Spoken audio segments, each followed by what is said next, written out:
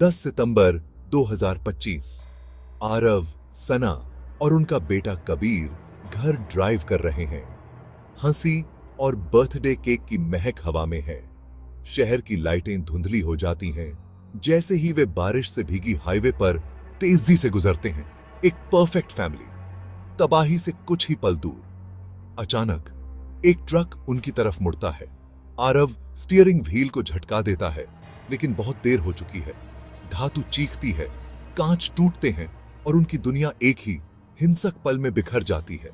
सन्नाटे में कबीर सिसकता है।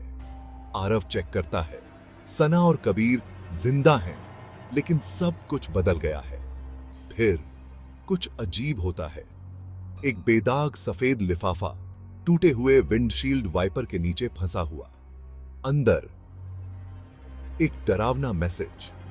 यह बस एक ट्रेलर था। फिल्म अभी शुरू होनी बाकी है। राजवंश प्रोजेक्ट से दूर रहो। यह कोई दुर्घटना नहीं थी, यह एक चेतावनी थी। सायरन तेज होते जाते हैं। आरव और सना एक दूसरे की आंखों में देखते हैं। उनके बीच डर झलकता है।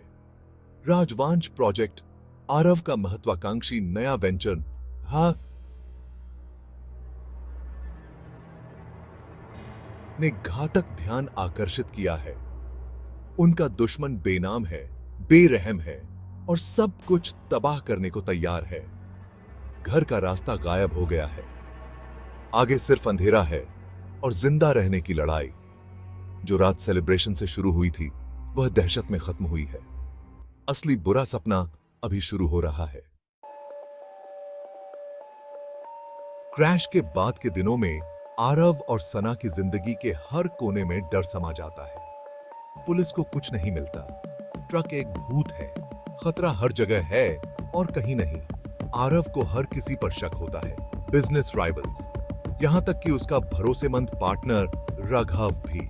सना के शक उसके परिवार, उसके दोस्तों, यहां तक कि उनके वफादार ड्राइवर को भी संक्रमित करते हैं।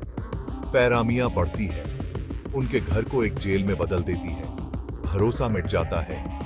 उसकी जगह शक और फुसफुसाते आरोप ले लेते हैं। दुश्मन का असली हथियार हिंसा नहीं है, यह शक के बीज है जो उन्हें उन सभी से अलग कर देते हैं जिनसे वे प्यार करते हैं। इस अराजकता में रिया, सना की बचपन की दोस्त, उनके साथ रहने आ जाती है। आराम और स्थिरता प्रदान करती है। वह खाना बनाती है, कबीर की देखभाल करती है और सना के डर सुनती है। उसकी मौजूदगी एक लाइफलाइन है, लेकिन उस गर्माहट के नीचे रिया राज जमा कर रही है। सिक्योरिटी प्लान्स, पुलिस अपडेट्स, उनके बचाव का हर डिटेल। वह चुपचाप दूसरों की तरफ शक को मोड़ती है, कभी खुद की तरफ नहीं। सना सब कुछ बता देती है, कभी धोखे का शक नहीं करती। रिया का आलिंगन एक जाल है, उसकी वफादारी एक नकाब। परिवार का सबसे बड़ा आराम असल में उनका सबसे बड़ा खतरा है। सांप पहले ही घर के अंदर है। एक हफ्ते बाद रिया कबीर को पार्क ले जाती है। घंटे बीत जाते हैं, कोई जवाब नहीं, कोई वापसी नहीं। दहशत फैल जाती है। आरव और सना पुलिस को बुलाते हैं, लेकिन फिर एक डरावनी कॉल आती है। आपका बेटा हमारे पास है। राजवंश प्रोजेक्ट अब हमारा है। किडनैपर्स सब कुछ मांगते हैं। आरव और सना हताश होकर अकेले एक अंधेरे वेयरहाउस जाते हैं। कबीर बंधा हुआ है, दो नकाबपोश आकृतियों से घिरा हुआ है। जैसे ही आरव समय बिताता है, सना एक डायवर्जन बनाती है। अराजकता में आरव छोटी आकृति से नकाब फाड़ देता है। यह रिया है। धोखा पूरा हो चुका है। लंबी आकृति खुद को प्रकट करती है। राघव, आरव का बिजनेस पार्टनर। जिन दो लोगों पर उन्होंने सबसे ज्यादा भरोसा किया था, वे उनके बुरे सपने के आर्किटेक्ट हैं। दुश्मन कभी बाहर नहीं था, वह हमेशा अंदर था। ईर्ष्या और लालच के असली चेहरे आखिरकार सामने आ जाते हैं। परिवार की दुनिया बिखर जाती है, लेकिन लड़ाई खत्म नहीं हुई है। फाइनल एक्ट शुरू हो गया है। आरव दोहरे धोखे से हिल जाता है। रिया, दोस्त, राघव, पार्टनर। रिया की ईर्ष्या और राघव का लालच आरव और सना की हर प्यारी चीज को तबाह करने की साजिश में बदल गया है। कबीर एक मोहरा है, उस जिंदगी का प्रतीक है जिसे रिया तरसती है और राघव नापसंद करता है। रिया का इकबालिया बयान कच्चा है, तुम्हारे पास सब कुछ था, मैं तुम्हारी जिंदगी की हकदार थी। राघव गुर्राता है, राजवांश प्रोजेक्ट मेरा था, मैं बस वही ले रहा हूं जो मेरा है। फिरौती अब सिर्फ पैसा नहीं है, यह परिवार की खुशी है, उनका अस्तित्व ही है। वेयरहाउस धोखे का एक मंच है और कबीर की जिंदगी दांव पर लगी है। ईर्ष्या की कीमत खून से चुकानी पड़ेगी। वेयरहाउस तनाव से भर जाता है, धोखा उजागर हो गया है। सना रिया का सामना करती है, उसकी आवाज कांप रही है। क्या हमारी दोस्ती बस एक झूठ थी? रिया का गुस्सा फूट पड़ता है। तुम्हारे पास वह जिंदगी थी जो मैं चाहती थी, मैं आरव से प्यार करती थी, मैं सब कुछ की हकदार थी। जब भावनाएं भड़कती हैं, आरव कबीर पर ध्यान केंद्रित करते हुए आगे बढ़ता है। वह राघव से अपील करता है, हमने इसे एक साथ बनाया था, क्या यह इसके लायक है? राघव की कड़वाहट अटल है, लेकिन दरारें दिखनी शुरू हो जाती हैं।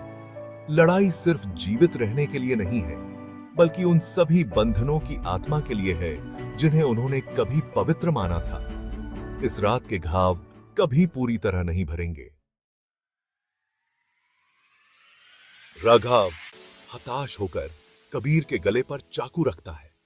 सना रिया पर झपटती है, वर्षों के दर्द को एक गुस्से में संघर्ष में उजागर करती है। आरव पल का फायदा उठाता है, राघव को दबोच लेता है। चाकू फिसलकर दूर गिर जाता है। कबीर भाग जाता है, अपनी मां के लिए रोता है। वेयरहाउस में अराजकता फैल जाती है, मुट्ठियां, चीखें और जीवित रहने की कच्ची इच्छा। सना रिया को जकड़ लेती है, सिसकते हुए, देखो तुमने क्या किया है, क्या यह इसके लायक था? पुलिस के सायरन बजते हैं। सना का साइलेंट अलार्म काम कर गया है। राघव चाकू के लिए लपकता है, लेकिन आरव उसे रोक लेता है, उसे बेहोश कर देता है। दुस्वप्न चोटों और आंसुओं में खत्म होता है, लेकिन परिवार जीवित है। अंतिम टकराव खत्म हो गया है। उन्होंने तूफान का सामना किया है, लेकिन कुछ भी पहले जैसा नहीं रहेगा। पुलिस वेयरहाउस में भर जाती है। रिया और राघव को ले जाया जाता है। सना कबीर से लिपट जाती है। आरव राहत से कांपता है। सच सामने आता है, 1 साल से धोखा रचा जा रहा था, दोस्ती और भरोसे के रूप में छिपा हुआ। परिवार शांति की तलाश में एक छोटे शांत जीवन में चला जाता है। उनका दायरा सिकुड़ता है, लेकिन उनके बंधन अटूट हैं। निशान रहते हैं, लेकिन उम्मीद भी रहती है। एक साथ वे एक नई सुबह का सामना करते हैं, मजबूत, समझदार और हमेशा के लिए बदले हुए।